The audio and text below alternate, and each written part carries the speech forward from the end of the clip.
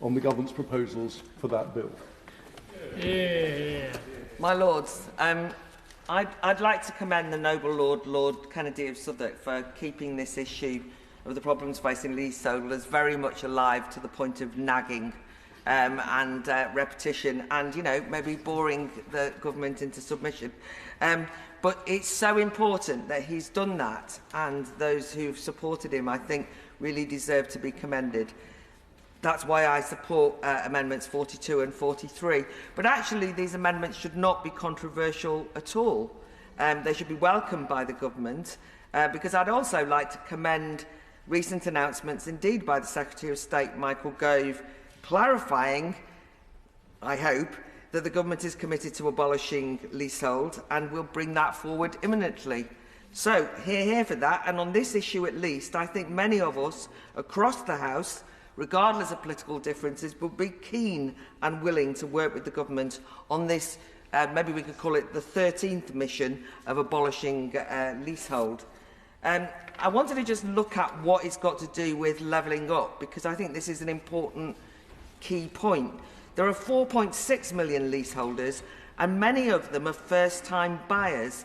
Those first-time buyers that the bill seeks to encourage more of, and many of them are from parts of the country the bill seeks to level up. In earlier iterations of regional development, we should remember that the regeneration and gentrification of so-called neglected city and town centres across England and Wales took the form of building blocks of flats.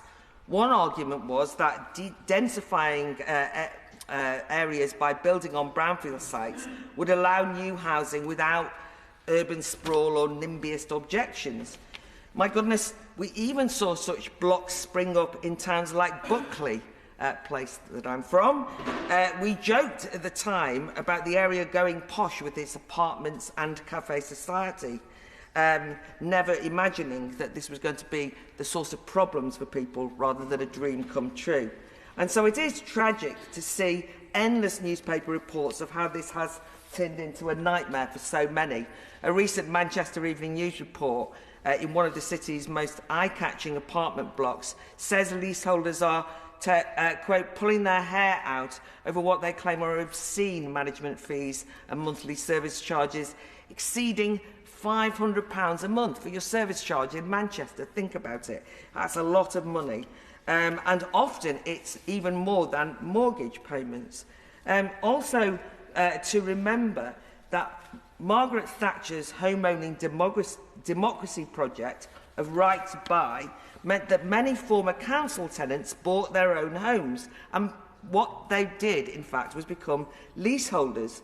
These former local authority properties are now in the general housing stock, and they are relatively cheaper to purchase, especially in London and the South East. So that makes them popular, affordable options as they put home ownership within the grasps of those who otherwise would be priced out of the market. And indeed, when I bought my first house, well, the only house I've ever bought, at 40, it was in those circumstances. It was the only way I could afford it, ex-council flat. Sadly, oh, that was me declaring my interest as well. Sadly, it's all been a bit of a con that was only revealed, as has been explained, because of Grenfell, because it's become clear that leaseholders are not homeowners at all.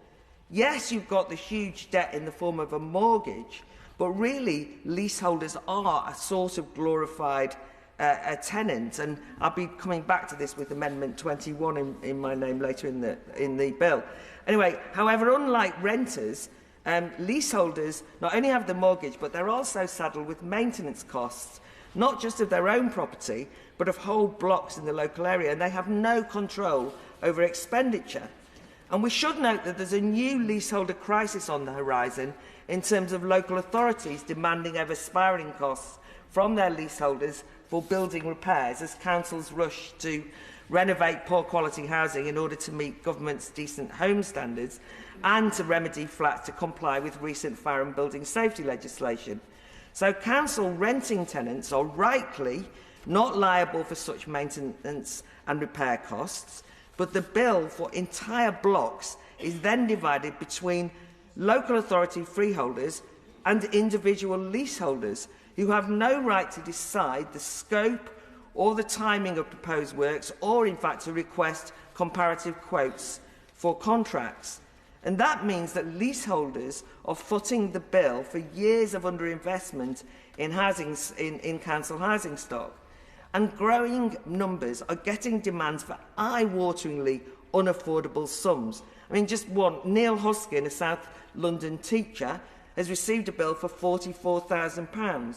In Lambeth, there's been shock bills of up to £98,000. Sebastian O'Kelly from the Leasehold Knowledge Partnership says his organisation is contacted every week by residents, leaseholders from council blocks facing financial ruin. And one local council has officials to deal with the right to buy sales on one side of the desk, and on the other side of the desk, officials are dealing with buying back council flats from leaseholders who've been wiped out by major works bills. That is a real problem if we're going to have a bill about levelling up and we're not going to tackle it. We're just fooling ourselves if we don't deal with it. And meanwhile, the leaseholders of private flats find themselves, to quote one, fighting off one money-making caper after another by their landlords and managing agents. And I do take the point that most of the, we're talking about rogue incidents of freeholders who rip off people. But nonetheless, for freeholders, they feel as though they're being overcharged for insurance, overcharged for utilities, overcharged for everything from window cleaning to major building works. And the main thing is they just haven't got any control.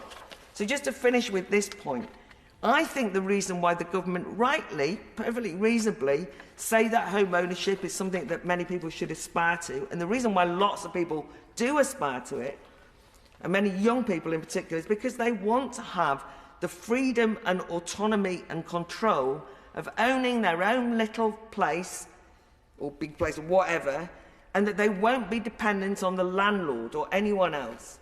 That's what you think you're getting, but instead, leasehold robs you of that control.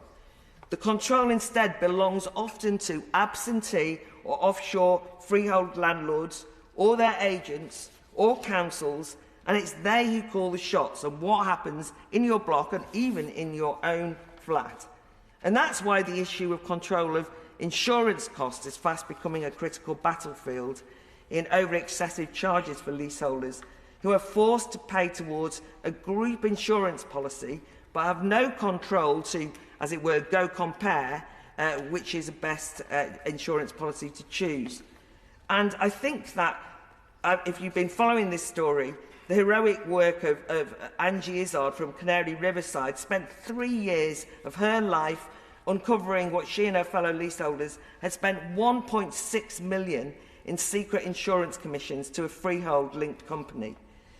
This is potentially corruption, and leasehold campaigners and their tireless volunteer legal reps, such as Liam Spender, estimate excessive costs have been paid that run into thousands of millions across the UK.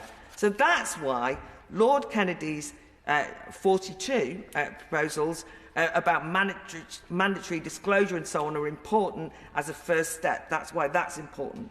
But as I hope I've illustrated, and Lord Kennedy has regularly illustrated, the myriad problems associated with leaseholders as a system means that it has to be abolished. And this is a bill which suits that cause, because you can actually say we believe in levelling up, and actually the whole system of leasehold is holding back that project when it comes to housing. My Lords, I rise as someone has to declare their interests. My residential and